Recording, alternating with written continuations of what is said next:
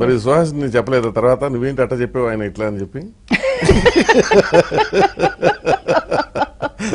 Actually మా పెళ్లి చేసుకుందాం అనుకున్న తర్వాత the first person I told was Suhasini ఉంది. అప్పటికి మేము ముగ్గురు మిత్రులను పిక్చర్ షూట్ చేస్తున్నాం అనమాట. చాలా ఫన్నీ ఇన్సిడెంట్ ఇది కూడా. నేను మొన్న సుహాసినికి చెప్తే తనకే అసలు గుర్తులేదు ఈ మ్యాటర్. అదేదో సీన్ లో నేనేదో డెలివరీకి స్ట్రెచ్చర్ లో నన్ను పెట్టి హాస్పిటల్లో, తన డాక్టర్ అందులో, నేను స్ట్రెచ్చర్ లో ఉంటాను డెలివరీ కోసమని రూమ్ లోపలికి షీస్ పుషింగ్ మీ అనమాట. నేను అసలు అప్పటికి మేము ఇంకా ఎవరికైనా చెప్దామా వద్దా అన్న స్టేజ్ ఇంకా రాలేదు. బట్ ఏదో సడన్ గా హాసిని నేను అమరీష్ పెళ్లి చేసుకోబోతున్నాను, స్ట్రెచ్చర్ వదిలేసింది. ఏంటి ఏంటిది నిజమేనా అని తర్వాత పక్కన కూర్చోబెట్టి నీకన్నా పిచ్చా ఏమనుకుంటున్నావు నువ్వు, అసలు హ్యాండిల్ చేయగలవా, నువ్వు ఇంత సాఫ్ట్, నువ్వు ఇంత బుక్స్ చదువుతా ఉంటావు, అతనేమో వేరే పర్సనాలిటీ, నీకు తెలియదు అది ఇది. తర్వాత జరిగిపోయింది. ఎప్పుడో 15 సంవత్సరాల తర్వాత మా ఆయనకి చెప్పాను ఇలా అందని. సో అసలు ఇప్పటికీ ఇంటికి వస్తుంది బెంగళూరు, పట్టుకుని అడిగాడు అనమాట, ఏం తప్పు చేశానమ్మా నేను, నీకు ఎందులో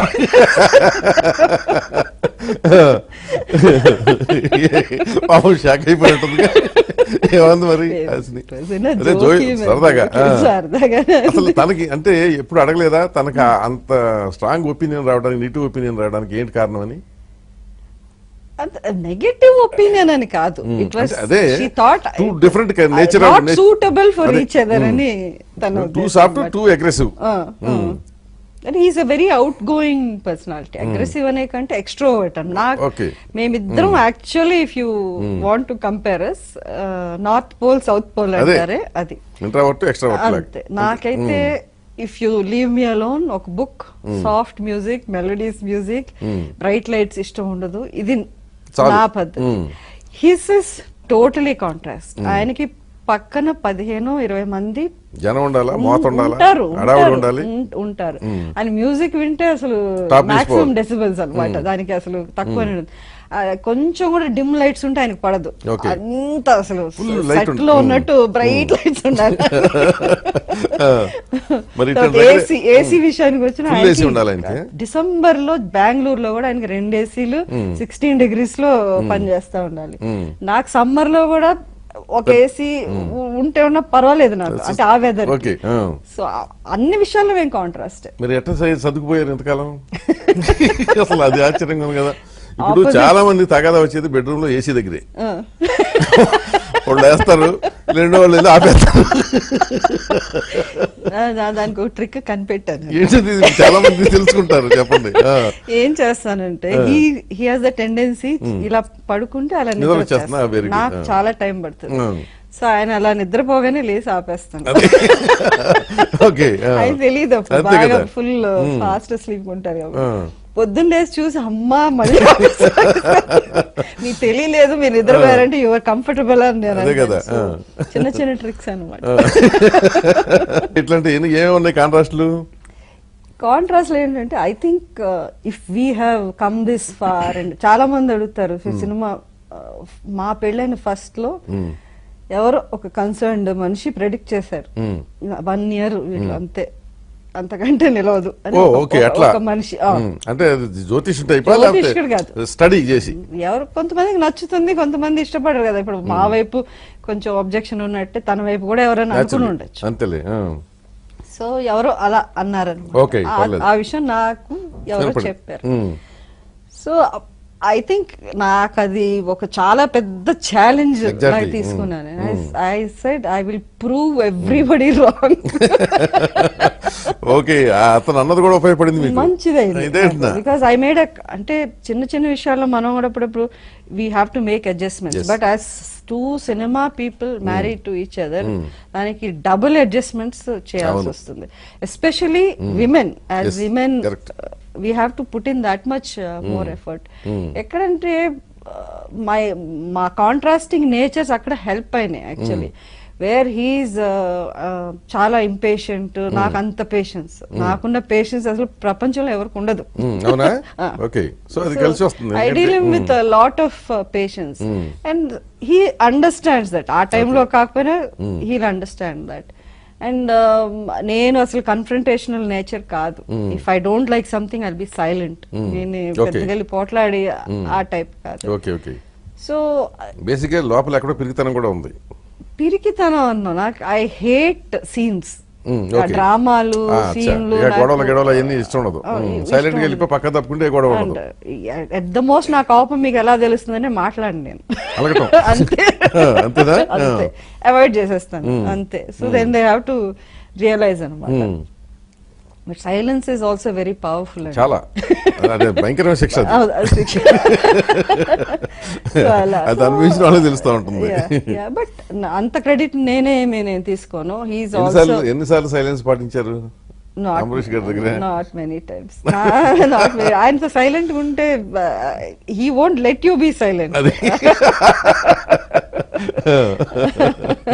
చెప్పా కదా, ఎవరినైనా మెల్ట్ చేసేస్తాడు. సో మాయ చేసేసాడు అన్నమాట మొదటి నుంచి ఇప్పుడు దాకా కూడా మాయ చేస్తూనే ఉన్నారు. But he's also very what I would say caring, very caring person. Caring అంటే అసలు అల్టిమేట్ కేరింగ్. అలాంటి పర్సన్ నిజంగా వాట్ ఐ వుడ్ సే, నా హస్బెండ్ అని నేను చెప్పట్లేదు, మీకు వరల్డ్ లో వెతికితే ఒక 5 కనపడతారు అంబరీష్ లాంటి మనిషి. Yes, I can say that with 100% conviction.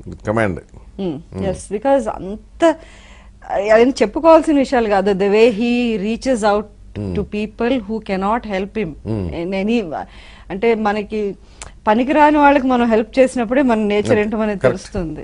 వచ్చే వాళ్ళకి ఎవరైనా హెల్ప్ చేస్తారు. But he can do for people who back stabbed him also. వాళ్ళు కూడా వచ్చి కాళ్ళ మీద పడి ఏడిస్తే అసలు జడ్జ్ చేయకుండా హెల్ప్ చేస్తాడు. ఓకే, మరి ఆయన పాలిటిక్స్ లోకి వెళ్దాం అనిపించింది అనుకున్నప్పుడు ఏమనిపించింది మీకు? అంటే పాలిటిక్స్ అనేది it was a natural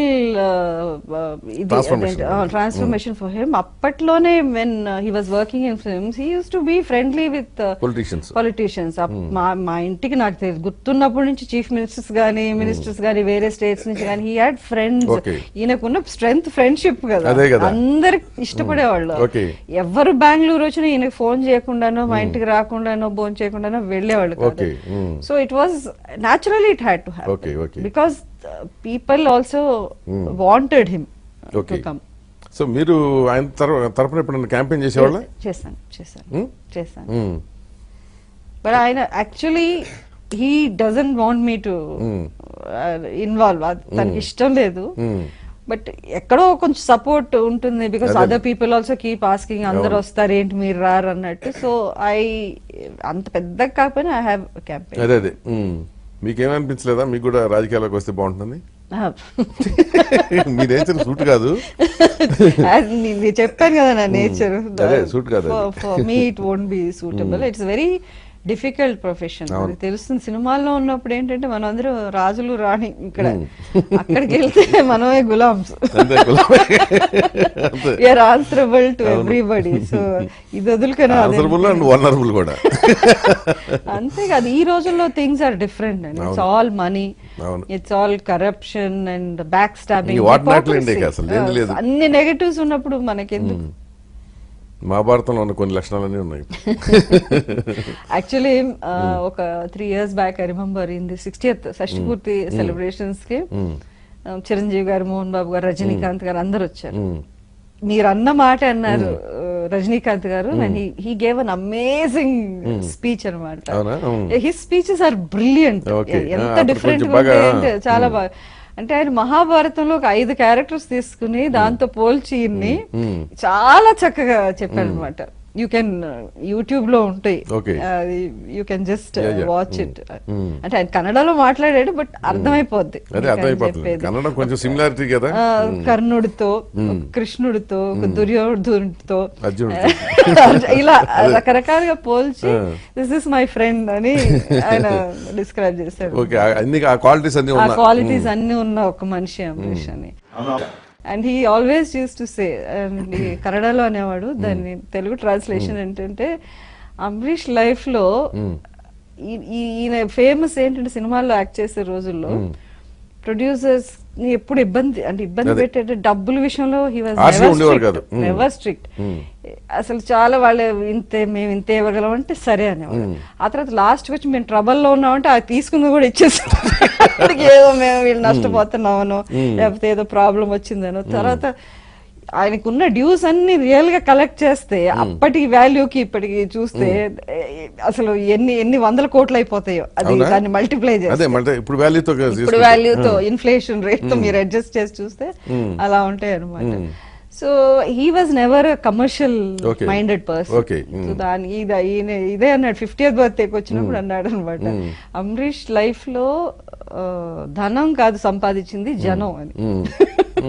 so that is what he is.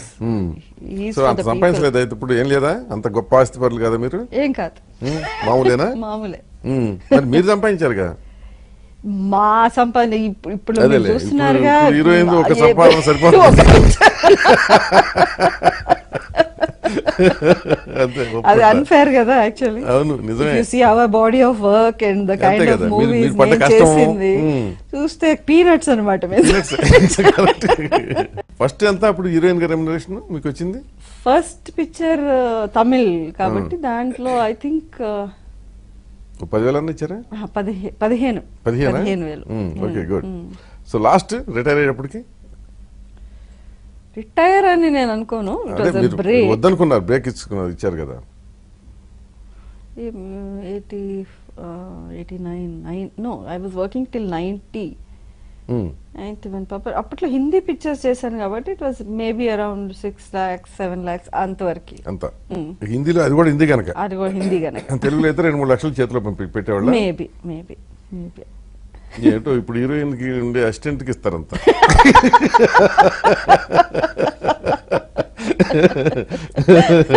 కదా. కానీ అప్పట్లో డబ్బుని అంత సీరియస్ గా తీసుకోలేదు. యాక్చువల్ ప్రొఫెషన్ ఎక్కువ రెస్పెక్ట్ చేశారు. అంతేకాదు యా దట్ ఇస్ ట్రూ. దానికి అంత రిలవెన్స్ మేము ఆలోచించలేదు. పోటీ పడి మంచి సినిమాల్లో యాక్ట్ చేయాలి ఇట్లాంటి తప్పదు. అవును దట్ వాస్ దేర్. పెళ్ళైన తర్వాత మానేద్దాం అనేది మీ నిర్ణయమా అంబరీష్ గారిదా? ఆయన అలా చెప్పలేదు. బట్ పెళ్ళి అయ్యి with in 1 year I had my son. So in no way in the world I would have left him and gone to work. He was my priority. Till ఒక 9 years వాడికి వచ్చేంత వరకు నేను బయటికి రాలేదు. ఆ తర్వాత ఒక సినిమా చేసినట్టున్నారు కదా?